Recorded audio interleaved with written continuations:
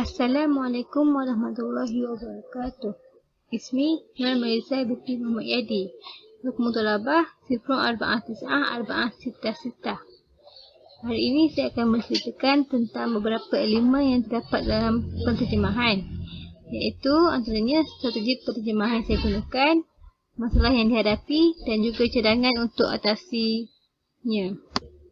Okey, yang pertama adalah strategi penterjemahan, iaitu daripada sebelum, semasa dan selepas. Sebelum menterjemah, saya akan membaca teks tersebut berulang kali untuk memahaminya dan juga untuk mengenali perkataan yang susah dan tidak difahami. Seterusnya, saya akan membaca isu tersebut daripada sumber yang lain. Di sini, saya membaca daripada sumber lain untuk saya melihat bagaimana ungkapan tersebut digunakan dalam ayat tersebut. Seterusnya adalah saya akan menterjemahkan teks tersebut ke dalam Google Translate untuk saya melihat gambaran awal tentang isu tersebut. Seterusnya, semasa menterjemah, saya akan mulakan menterjemah dengan menterjemah mengikut padanan kata, iaitu saya akan cari makna dalam bahasa sasaran dalam terjemahan saya. Di sini saya akan menggunakan aplikasi Reverso dan juga carian Google untuk melihat penggunaan ungkapan tersebut dalam ayat. Di sini saya juga akan mengesahkan penggunaannya di carian Google. Seterusnya adalah selepas menterjemah. Selepas menterjemah, saya akan menyimak berulang kali terjemahan tersebut untuk melihat struktur ayat, kesalahan tanda baca dan kesalahan ejaan. Dan saya juga akan meminta orang lain untuk membaca teks tersebut untuk memastikan sama ada terjemahan tersebut difahami ataupun tidak. Okey, seterusnya adalah masalah yang dihadapi dalam penterjemahan ini.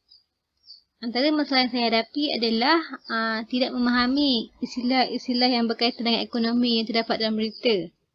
Hal ini kerana saya kurang membaca berkaitan dengan berita sebelum ini. Jadi ia sedikit sebanyak menimbulkan kesukaran dalam menterjemah berita tersebut. Selain itu, saya juga menghadapi masalah dalam mengekalkan uslub bahasa berita dalam terjemahan.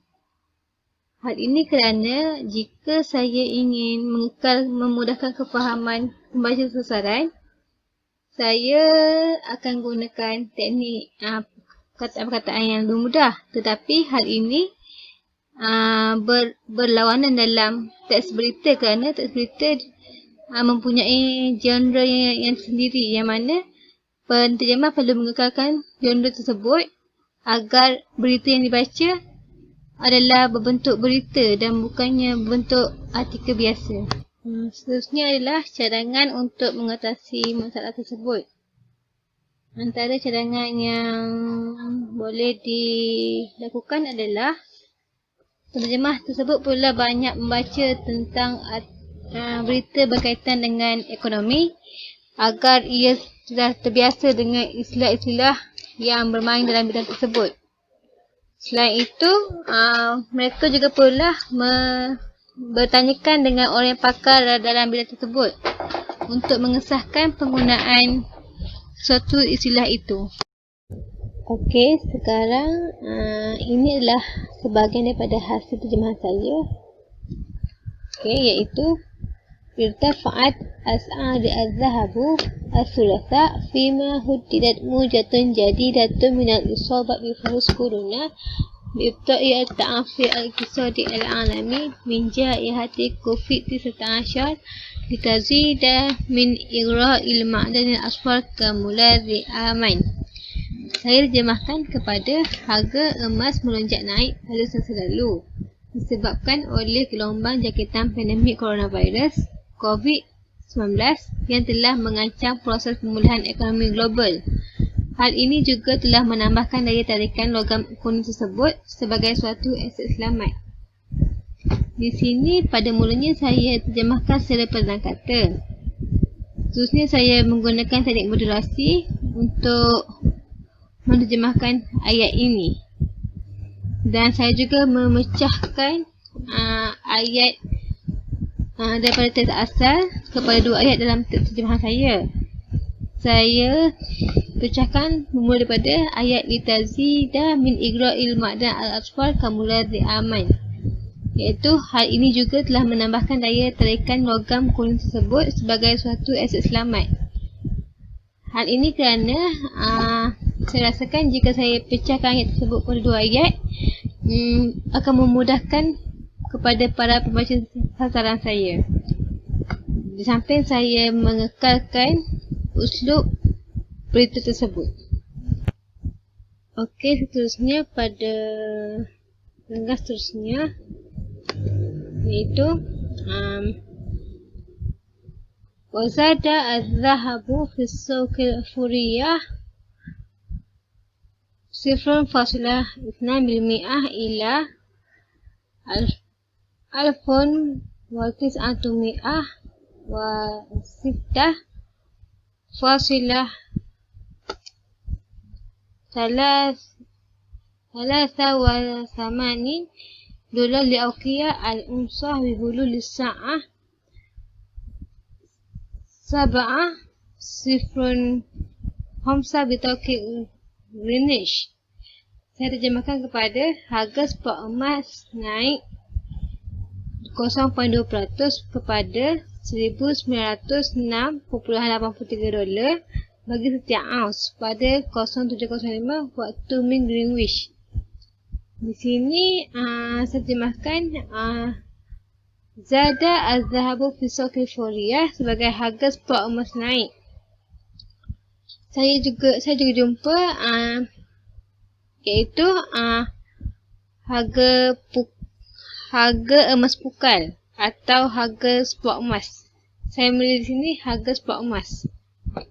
Seterusnya, bitauqid Greenwich saya terjemahkan kepada waktu Min Greenwich dan saya letakkan dalam kurungan GMT, iaitu Greenwich Mean Time.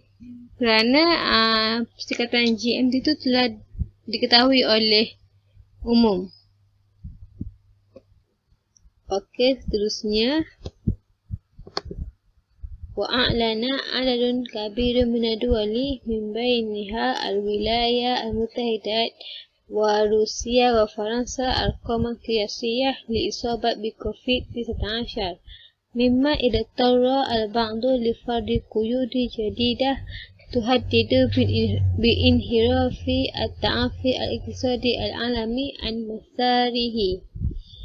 Saya terjemahkan kepada sebahagian besar negara termasuk Amerika Syarikat, Rusia dan Perancis telah mengumumkan catatan kes COVID-19. Hal ini memaksa mereka mengenakan sekatan baru yang sekaligus akan mengancam proses pemulihan ekonomi global. Di sini saya melakukan proses pemenggalan di mana saya pisahkan ayat daripada teks asal kepada ayat baru. Bermula daripada mimma editorial al-ba'du li fardi, iaitu hal ini memaksa mereka mengenakan sekatan baru yang sekaligus akan mengancam proses pemulihan ekonomi global. Hal ini kerana saya merasakan apabila saya menyambung ayat ini dalam satu ayat, dia akan menimbulkan kesukaran bagi pembaca teks terjemahan tersebut. Okey, seterusnya pada ayat ini wahabata muasyarul ad-dolar 0.1% maqabil munafisihi tahta dawti bayana iktisadiyah qawiyah min as-Sin wa Korea al-Janubiyah mimma yaj'ala al-zahabu al-khas lihaizil umlatil ukhra, iaitu indeks dolar turun sebanyak 0.1% berbanding pesaingnya, iaitu China dan Korea Selatan yang berada di bawah ekonomi yang kuat. Seterusnya menjadikan harga emas lebih murah bagi pemegang mata wang lain.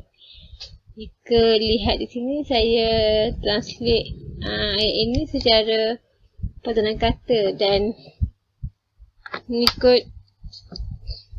mengikut teks asal.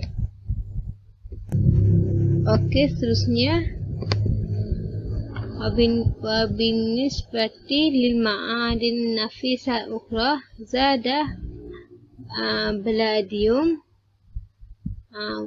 1.3%